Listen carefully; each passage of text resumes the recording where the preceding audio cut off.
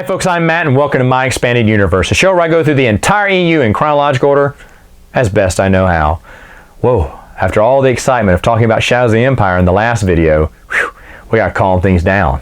Now we're gonna talk about 3 comic book stories. And first off, we're going, yes, way back to that excellent Star Wars Marvel series, issue number 80, written by Mary Jo Duffy. And this one, Luke, Leia, and the droids head on to another mission to find out and track down a man named Tay Vanis. Now, I should mention that Tay Vanis has been their overall objective for like the last 7 issues.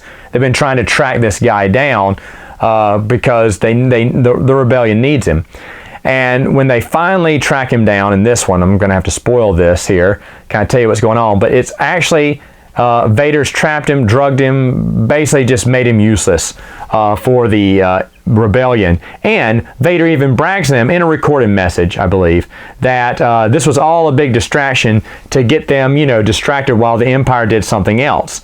Now, there could be several projects, and one could be the Death Star. Remember, I told you in an earlier episode that when the Tarkin was built, it makes sense that it was a ploy for the Emperor to get the rebellion off the scent of them building and reconstructing another Death Star.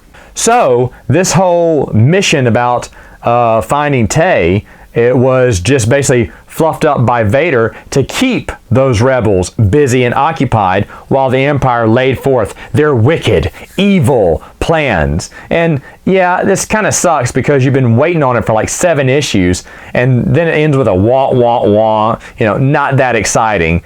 I can understand where that could probably be a disappointment to readers, but at the same time, it does make sense why Vader and the Emperor are throwing a bunch of red herrings off there to, like I said, get the rebels off the scent. Now, going to the next issue, which is a Star Wars Annual number 3, of course written by Mary Jo Duffy.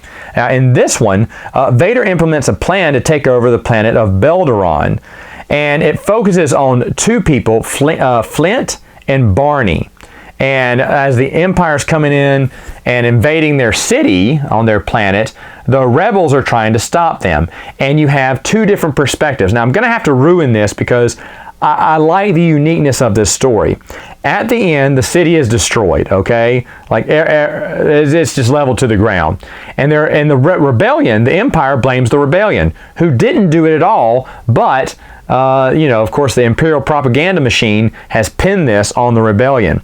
Now, Barney knows better. He saw what happened. He knows what really happened, and he decides to sign up with the rebellion because they're the right place to go. Flint, on the other hand, has no idea what happened, and he believes the Empire, and he goes, actually Vader kind of recruits him, and so he goes and puts on a stormtrooper helmet and starts to follow the Empire. So basically it's this epic tale of a tragedy where 2 people have different perspectives on what happened.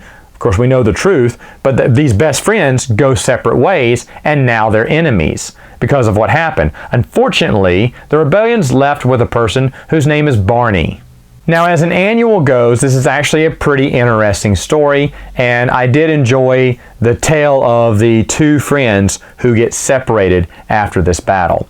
But now it's time to switch gears. Yes, we're not going to be talking about the Marvel comic book series anymore. We're going to be talking about a newer one from Dark Horse that takes place around this time, and it's called Bounty Hunters, Scoundrels Rages by Mark Schultz. And this is just a one-shot here, but after being accused of cheating at Sabacc, slick Lando Calrissian is pursued by 3 bounty hunters, Forloom, Dengar, and Bosk. And it's a fantastic little one-shot, which was funny because when it came out, the cover has the person's face, encased in this like little block. So you don't know who it is. And you are led to believe it is Han Solo, which is what I thought too. And then, of course, in the book, the head case comes off and it's Lando. And I'm like, yes! I didn't expect seeing a Lando story now. And here's a Lando story. Is it really that good? No, not really. It's just a little one-shot. issue, which I have no idea why they made. It's kind of funny why they just decided to come up with this. And they say it happens around this time, so I'm just going to plan it here in the timeline here. It is nice because Forlom, of course, I've told you, was one of my favorite bounty hunters as a kid. I had his action figure, and to me, he was cooler than Boba Fett. I really thought I was disappointed later on when I found out he wasn't that big of a bounty hunter, but back as a kid, he was the world's most dangerous bounty hunter, not Boba Fett. But I don't know why Mark Schultz came up with this story. I don't know why he thought it'd be nice. I mean, a Lando tale, I'm not opposed to. And by the way, if you can't track down the one-shot, this is in Wild Space 2, which, like I said, Wild Space 2, not as good as Wild Space 1.